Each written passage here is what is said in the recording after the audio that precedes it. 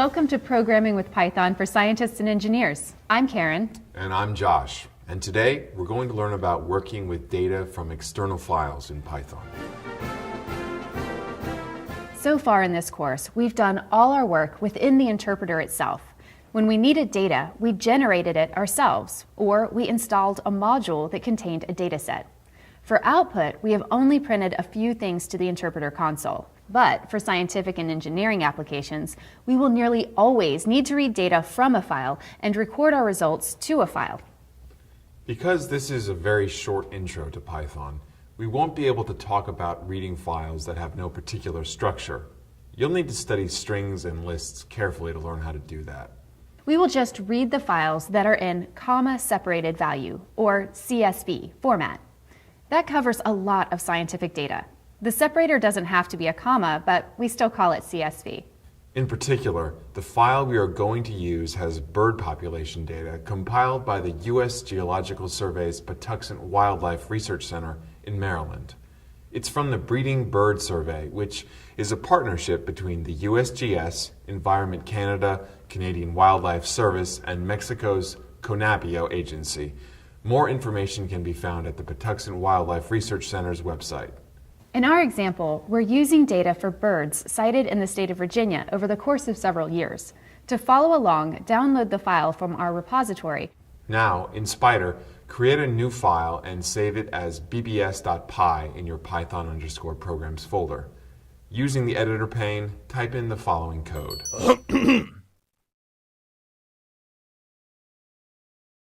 Now, run it. Spyder knows where your script file is since you did a save as, but it will look for or create files in its working folder by default. In our example, that's Python_programs. If it failed, maybe the data is not in the right folder. Move it to your Python_programs folder. Let's rerun the file with that fix. We'd like to look at the population trends for the yellow-billed cuckoo. First, let's print out all the species in our list. We can get the column names by typing the following into our IPython console. bbs.columns. So, species is the name of the column that tabulates the species names. If we run in the console bbs species in brackets, we see that the bird is called the yellow-billed cuckoo, capital Y, lower b, capital C. We need to find the row with its data. In this case, that's 241. We can access the data for the yellow-billed cuckoo by using a pandas function called lock for location. To access the data in row 241, we type bbs.lock 241 in brackets. Great. Now let's plot the data. But notice that we don't want the first item since that's a string. With another pandas function, ix for index, we can use slicing to extract just the data and plot it all in one line, as follows.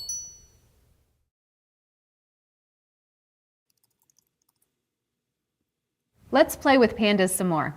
But what we really want to do is write a program that will take any file of this type, find all the birds with a downward trend, and write out their species name and corresponding data to another file.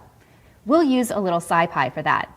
Let's test it by extracting the cuckoo data and fitting a line to it. In the editor pane, change your program to the following. So, we read the data into a data frame, we create an empty list, then we loop over all the items in the header from the second to the last.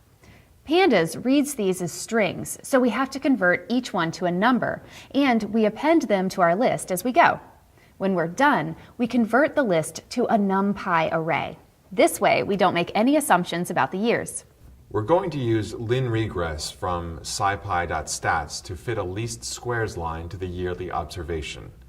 We look up the documentation for that and see that given an array of values x of the independent variable and corresponding y values, we use this statement. Let's test our program with the cuckoo data. Add the following lines. And run it. That doesn't look too bad. So let's continue. Remove the lines you just added. We're going to extract the data into a NumPy array. We need to know something about the format of the file. We know that the last line is the total of all birds, and we don't want that, so we exclude it. We also want the species names, so we can store them in another array. Use the following statements. Now, we loop through the data, apply the regression to each row, and test whether the slope is negative. First, we'll just print out the name of the bird species if that's true, to make sure this part is working. Type in the following.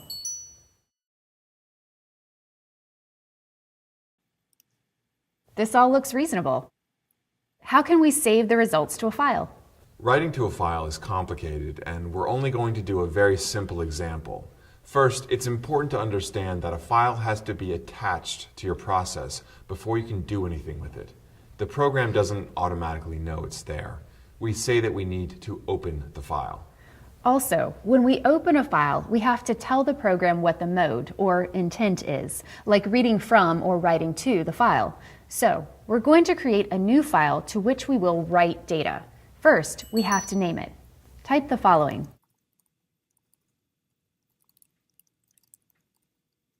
And then open it by typing the following. The open function returns information about the connection to the file that we need to store into a variable. From then on, we just use the variable to refer to the file, not the actual file name. Those two lines go right before the pd.read_CSV line in your editor. We attached the file with open, so you may guess that we will detach it with a close statement. The last line in your script should be output.close parentheses. Type this in and run the program. Look in your folder and make sure that a file called decliningvabirds.csv was created. Keep in mind that if you had an existing file with that name, then its contents have been destroyed. If you want to append to an existing file, then use A instead of W when opening the file.